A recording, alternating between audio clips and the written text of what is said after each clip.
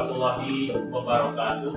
Waalaikumsalam warahmatullahi wabarakatuh. Yang terhormat dosen penguji ujian kinerja PPG Pendidikan Agama Islam dalam jabatan Batch 1 tahun 2024. Perkenalkan, nama saya Asep Hidayat, guru Pendidikan Agama Islam Sekolah Menengah Pertama Negeri 16 Cimahi, sekaligus mahasiswa PPG dalam jabatan 2024 LPTK UIN Sunan Gunung Jati, Bandung. Pada kesempatan ini, Kamis 17 Oktober 2024 akan melaksanakan kegiatan praktik pembelajaran untuk memenuhi ujian kinerja PPG PAI dengan tema yaitu menghadirkan sholat dan zikir dalam kehidupan, dan dengan subtema yaitu dengan bertafakur. Untuk lebih jelasnya, simaklah praktik pembelajaran melalui video yang akan dilaksanakan ini. Apa kabarnya hari ini anak-anak? Alhamdulillah, luar biasa. Allahu Akbar. Ya, selamat siang semuanya. Siap. Coba kalian supaya semangat, selamat siang semangat gitu ya. Coba 1, 2, 3, selamat siang. Semangat. Terima kasih semuanya ya. Baik, pada siang hari ini seperti biasa kita akan melanjutkan materi pembelajaran. Kebetulan setelah kita merefleksi ya minggu yang lalu bab 2 tentang Asmaul Husna, sekarang kita akan melanjutkan kepada pembahasan tentang tema yaitu menghadirkan sholat dan zikir dalam kehidupan dengan subtema bertafakur. Ya, silakan untuk KM bisa mengawali pembelajaran ini memimpin dengan berdoa. Siap. Sebelum kita belajar, mari kita berdoa mulai. Bismillahirrahmanirrahim. Rabbi zidni ilman warzuqni fahman birahmatika ya arhamar rahimin. Amin. Ya, mudah-mudahan doa kita dijadikan doa yang diterima dan semakin menambahkan wawasan keilmuan, terutama di bidang ilmu pengetahuan agama. Baiklah, ya sebelum Bapak melanjutkan bahasan materi selanjutnya, Bapak mau mengabsen dulu siapa teman kalian yang hari ini tidak masuk. Fikri, kenapa Fikri? Alpa ya, Fikri Alpa. Kemudian siapa lagi? Indra, kenapa Indra? Sakit. Siapa lagi? Cahyani. Alpa. Siapa lagi? Mira sakit. Dimas sakit.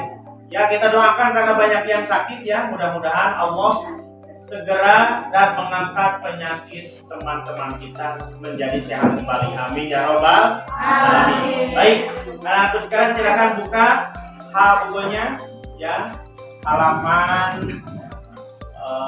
58. Ya, saya tentang kegiatan tafakur, dan kita akan memulai pembelajaran ini yaitu dengan bertadarus bersama. Silakan dibuka bukunya sama-sama. Kita awali dengan ta'awudz ya. 1, 2, 3.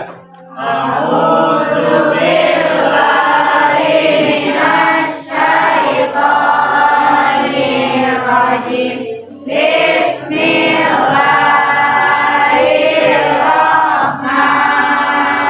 Bismillahirrahmanirrahim. Utlu ma uhiya ilaika minal kitabi wa aqimis shalah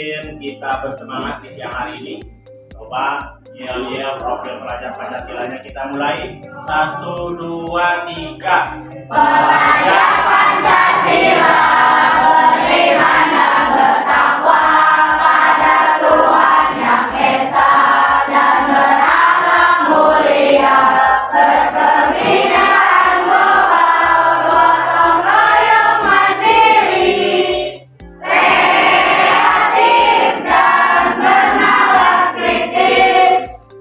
Ya. Dalam artian bahwa belajar Pancasila harus kreatif dan juga bernalar kritis. Ya. Nah, di bab 3 kita akan mencoba membahas tentang menghadirkan sholat dan zikir dalam kehidupan. Ya. Kenapa harus sholat, kenapa harus zikir, dan ini dikaitkan dengan kehidupan. Baik, Bapak akan tanya dulu, barangkali di antara kalian ada yang tahu, ya, apa makna sholat? Makna sholat apa? Makna sholat adalah doa yang diawali dengan takbiratul ihram dan diakhiri dengan salat. Good. Jangan tepuk tangan.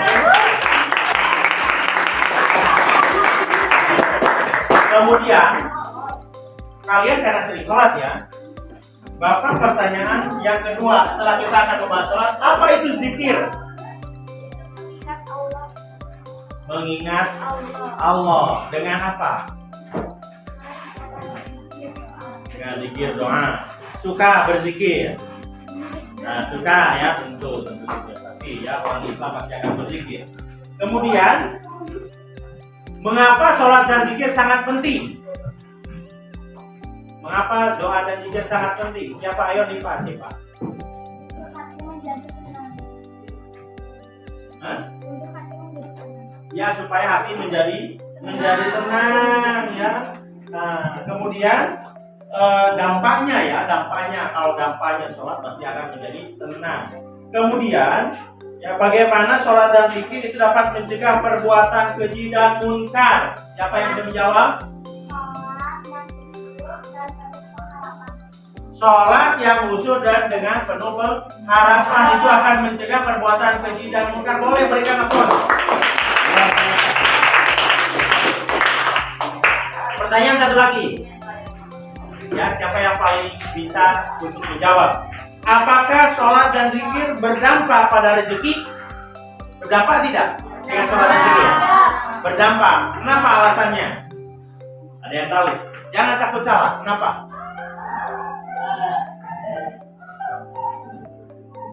Oke.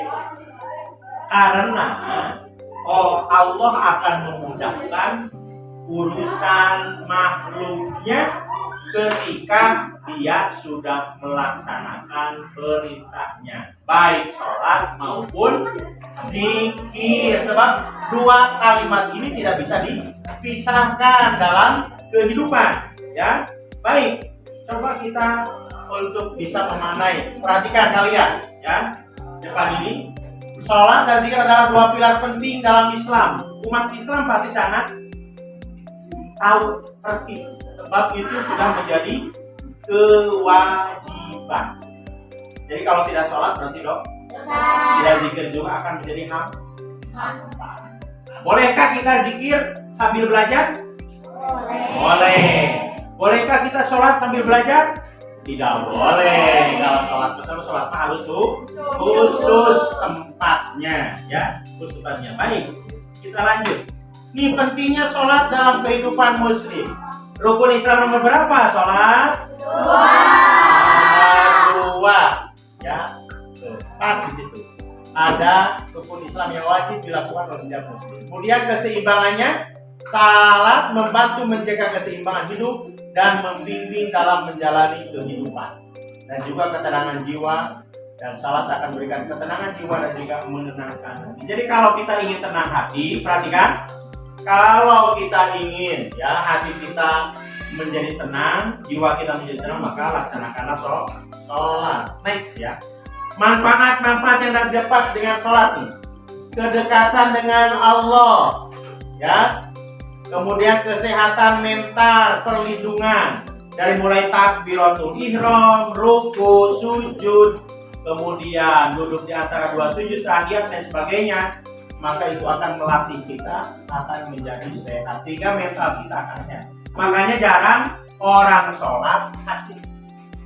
Nabi saja selama hidupnya tidak pernah sakit.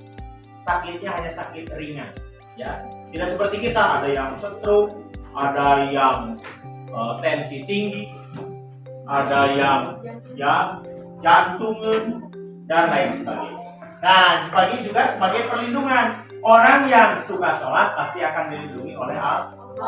Next ya, lanjut. Nah, implementasi sholat dalam kehidupan kita sehari-hari nih, perhatikan. Kita harus merencanakan waktunya, yaitu ketika waktu sholat tiba maka jangan dinanti-nanti. Kemudian mencari tempat sholat, ingat, tempat sholat itu harus bersih, tempat sholat itu harus ya sesuai dengan arah kiblatnya, jangan sembarangan. Boleh tidak sholat di WC? Tidak. Boleh tidak sholat di dapur? Tidak. Karena kotor, jadi harus bersih. Ya. Nah, kemudian juga disebutkan bahwa memanfaatkan waktu luang, artinya ketika kita sholat, perhatikan Bapak ya, bahwa kita ini lagi ngobrol dengan Allah. Luangkan waktu bahwa kita lagi berdialog dengan Allah. Next ya. Nih, makna arti dari sholat. Ini jangan di-shift ya. Itu di antaranya. Nah, peran zikir dalam mendekatkan diri kepada Allah Subhanahu wa taala. Ya. Meningkatkan keimanan, menghilangkan kekhawatiran, memperkuat hubungan. Zikir membantu meningkatkan keimanan dan keyakinan kepada Allah. Zikir dapat menghilangkan kekhawatiran dan menenangkan hati dari kesedihan. Maka dengan zikir pun akan membuat hubungan antara manusia dengan Allah. Lagi, nah ini praktik-praktik zikir yang dapat dilakukan, membaca Quran seperti tadi ya, dengan membaca tasbih. Apa tasbih itu? Subhanallah, tahmid, alhamdulillah, tahlil, la ilaha illallah. Kemudian dengan istighfar, astagfirullah, dengan membaca sholawat, Allahumma sholli ala sayyidina Muhammad. Ini menyeimbangkan sholat zikir dalam dan aktivitas sehari-hari. Kita harus memanage waktu secara bijaksana. Jangan di akhir-akhir, jangan dilalai-lalai. Kemudian harus disiplin. Sholat jangan sambil bermain. Sholat jangan sambil bercanda. Ya, harus disiplin. Kemudian harus fokus. Hati kita harus hadir bahwa Allah ada di hadapan kita. Makanya kalau sholat kita sambil bermain-main kita malu. Ya, sholat kita kelihatan orang, kita harus malu. Baik, lanjut. Menanamkan kebiasaan salat dan zikir sejak dini. Nah, ini ya. Ajarkan dengan teladan. Yang kalian suka ajak salat ya? Ibu kalian suka mengingatkan kakak kalian. Nah, kalian kepada adik atau kepada kakak. Kemudian buat menarik, membuat salat dan zikir menarik dan menyenangkan bagi anak-anak. Jadi kalau bagi anak-anak tidak seperti kita ya, orang dewasa.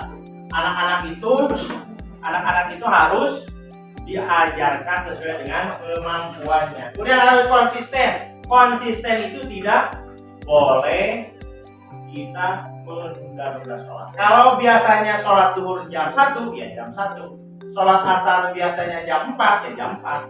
Sholat maghrib biasanya jam 6:15 atau isanya jam 7, ya kita harus biasa konsisten. Baik ya. Kemudian selanjutnya kesimpulan dan pesan-pesan kunci ini ya. Sholat dan zikir adalah anugerah dari Allah dengan menjalankan keduanya secara teratur. Selesai ya. Nah, sampai di sini maka Bapak akan membagikan tiap-tiap kelompok ya. KPD kalian tolong diisi, kemudian nanti di ke Bapak. Kelompoknya ya. Kelompok 4, mana kelompok 4? 4, silakan. Kelompok 3 mana? Ya. Kemudian kelompok 1 kasih foto.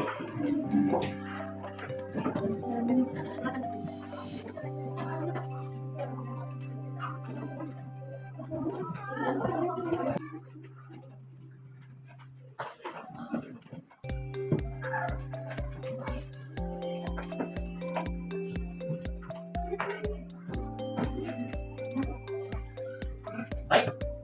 Sudah selesai? Sudah. Oke, kalau sudah selesai dikumpulkan masing-masing ketuanya. Kumpulkan ke sini. Ya. Baik.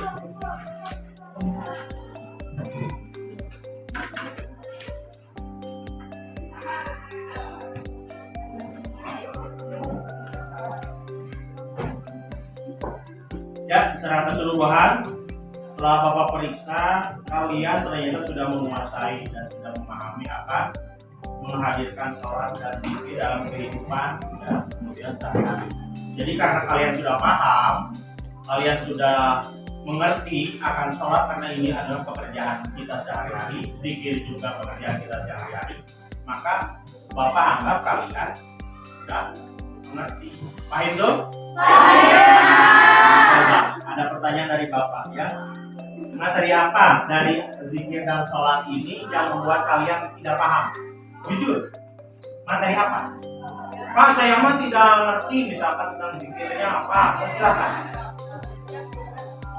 Ada tidak? Oke, yang kedua, materi apa yang menarik bagi kalian yang apa?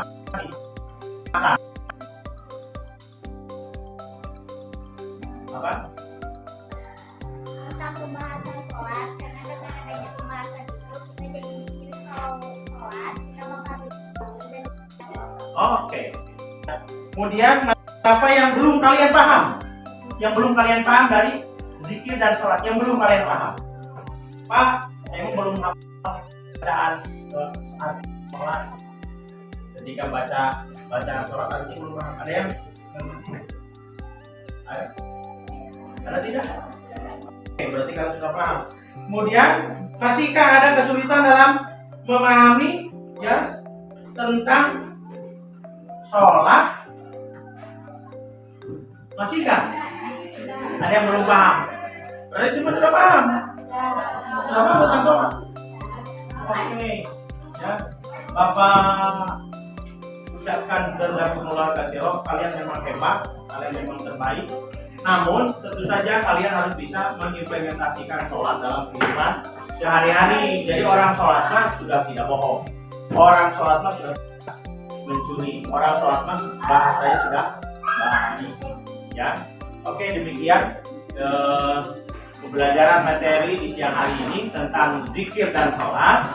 Dan kita di minggu yang akan datang akan membahas ya tentang materi selanjutnya, yaitu tentang bacaan-bacaan sholat. Kenapa? Bacaan-bacaan sholat. Sekali lagi, coba kita nyanyikan profil pelajar Pancasila. Belajar Pancasila, beriman dan bertakwa pada Tuhan yang Esa, dan berharap mulia, berkebinekaan global, gotong royong mandiri, kreatif dan bernalar kritis. Ya, terima kasih. Kita tutup dengan doa. Subhanallah.